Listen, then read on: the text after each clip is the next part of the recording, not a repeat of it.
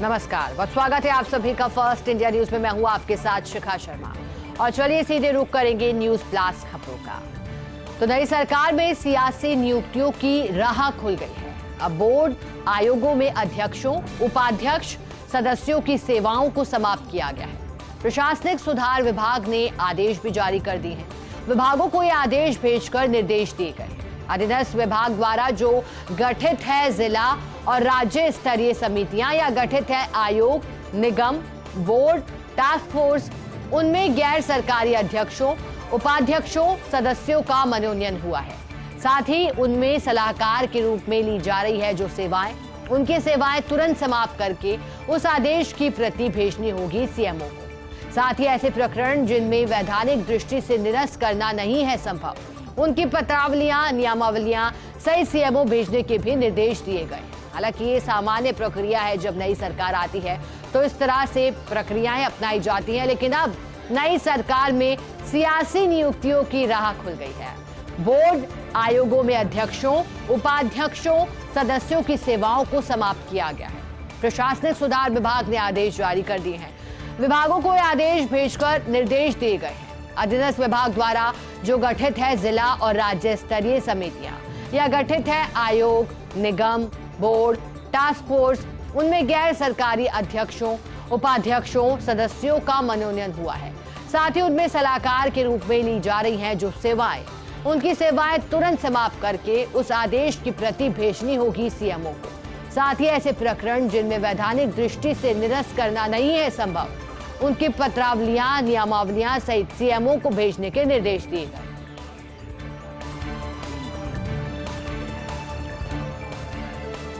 राजस्थान को लेकर जेपी नड्डा के आवास पर अहम बैठक है।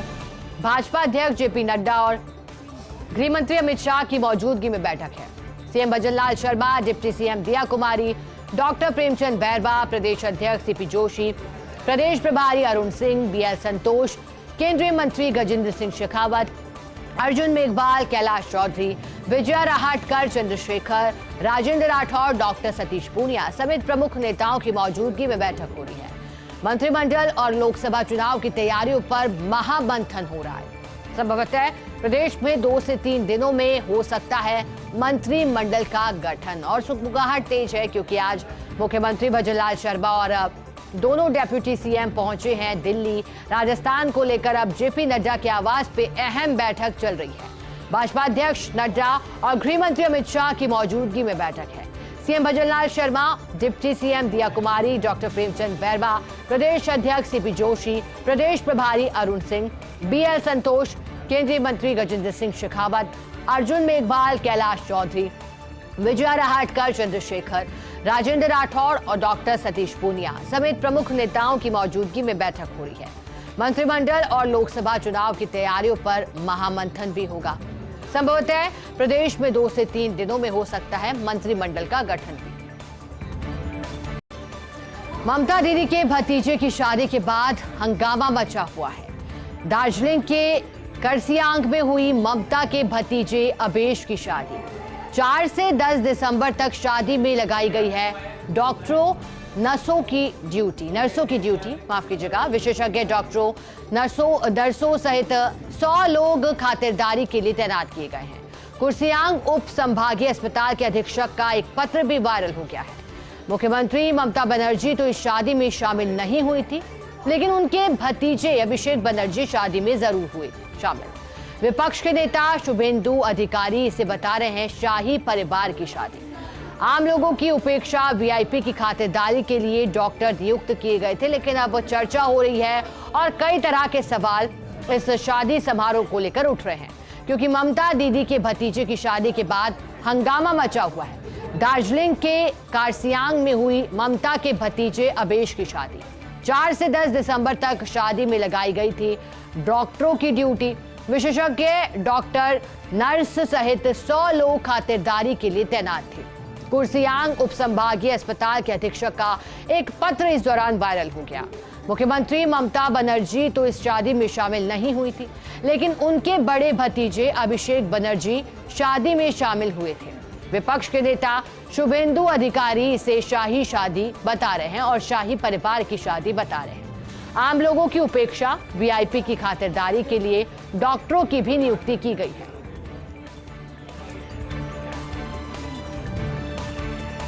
नई सरकार का बनेगा नया एक्शन प्लान। इसको लेकर सीएम भजनलाल शर्मा ब्यूरोक्रेसी की कल बैठक लेंगे। कल शाम 5 बजे सीएम भजनलाल शर्मा सीएमओ में बैठक लेंगे। भाजपा के संकल्प पत्र को लागू करने को लेकर निर्णय होगा। गैंगस्टरों द्वारा किए जाने वाले संगठित अपराधों की रोकथाम कैसे हो, पेपर लीक को लेकर किस तरह एसआईटी काम करके युवाओं को रोजगार दिलाए, महिला सुरक्षा को लेकर किस तरह के उपाय अमल में लाए जाए, इन तमाम बिंदुओं सहित भाजपा संकल्प पत्र के बिंदुओं को लेकर मंथन होना है। पेट्रोल डीजल की कीमतों को कम करने के लिए कमेटी गठन करने, अवैध मांस विक्रय पर नकेल कसने को लेकर भी निर्णय हो सकता है, क्योंकि जिस तरह से मध्य प्रदेश में इस तरह के निर्णय लिए गए हैं, अब चर्चाएं राजस्थान की हो रही हैं कि क्या नया एक्शन प्लान बनेगा। प्रेस कॉन्फ्रेंस कर अपने मंसूबों को दर्शा चुके हैं। इसको लेकर कल सीएम भजनलाल शर्मा ब्यूरोक्रेसी की बैठक लेने वाले। कल शाम 5 बजे सीएम भजनलाल शर्मा सीएमओ में बैठक लेंगे। भाजपा के संकल्प पत्र को लागू करने को लेकर निर्णय होगा। गैंगस्टरों द्वारा किए जाने वाले संगठित अपराधों की रोकथाम कैसे, पेपर लीक को लेकर किस तरह एसआईटी काम करे, युवाओं को रोजगार दिलाएं, महिला सुरक्षा को लेकर किस तरह के उपाय हों। साथ ही इन बिंदुओं के अलावा भाजपा संकल्प पत्र के बिंदुओं को लेकर भी इस बैठक में मंथन होना है। पेट्रोल डीजल की कीमतों को कम करने के लिए कमेटी गठन करने, अवैध मांस विक्रय पर नकेल कसने को लेकर भी निर्णय हो सकता है बैठक में। मुख्यमंत्री बनने के बाद भजनलाल शर्मा का पहला दिल्ली दौरा है। आज सुबह विशेष विमान से जयपुर से दिल्ली के लिए रवाना हुए हैं। डिप्टी सीएम दिया कुमारी और डॉक्टर प्रेमचंद बैरवा भी उनके साथ गए। विमान में सीएम ने कई महत्वपूर्ण फाइलों को देखकर उसका अध्ययन किया है। दिल्ली स्थित जोधपुर हाउस में मुख्यमंत्री उप मुख्यमंत्रियों का स्वागत हुआ है। बतौर chief resident commissioner ACS Shubhra Singh ने उनका स्वागत किया है।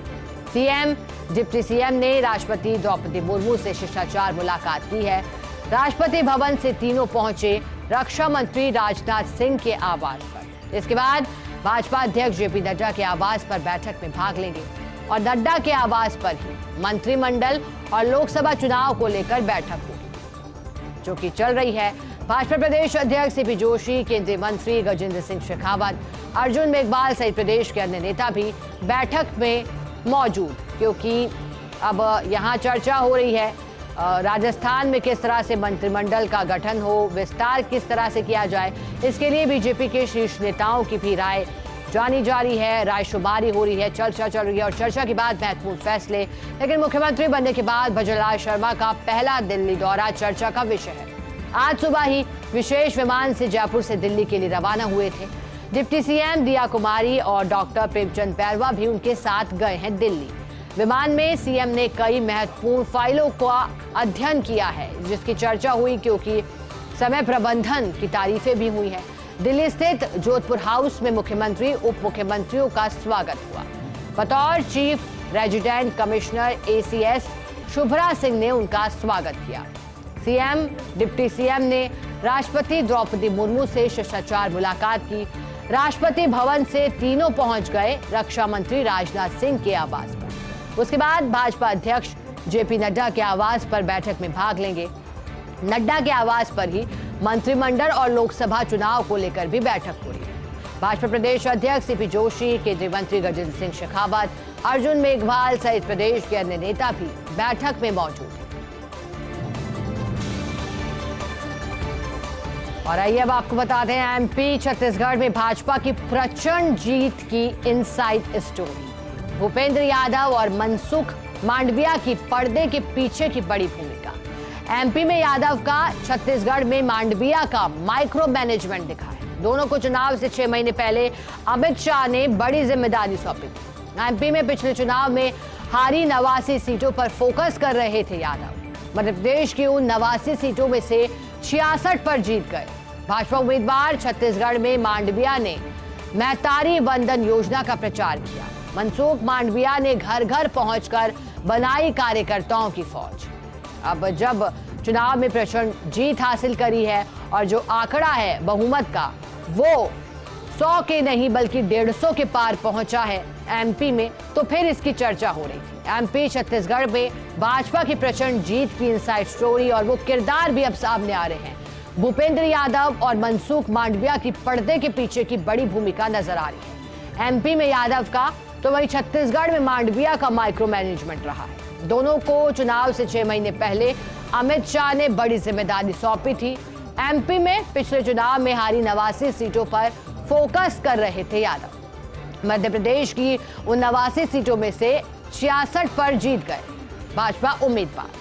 छत्तीसगढ़ में मांडविया ने महतारी बंधन योजना का प्रचार किया। मनसुख मांडविया ने घर घर पहुंचकर बनाई कार्यकर्ताओं की फौज। गैंगस्टर्स और पेपर लीक माफियाओं पर नकेल कसने की तैयारी पूरी है। प्रदेश में नई सरकार ने अपनी प्रमुखताओं में रखा है इन सभी मुद्दों को। मुख्यमंत्री भजनलाल शर्मा ने इसको लेकर बड़ा एक्शन किया है।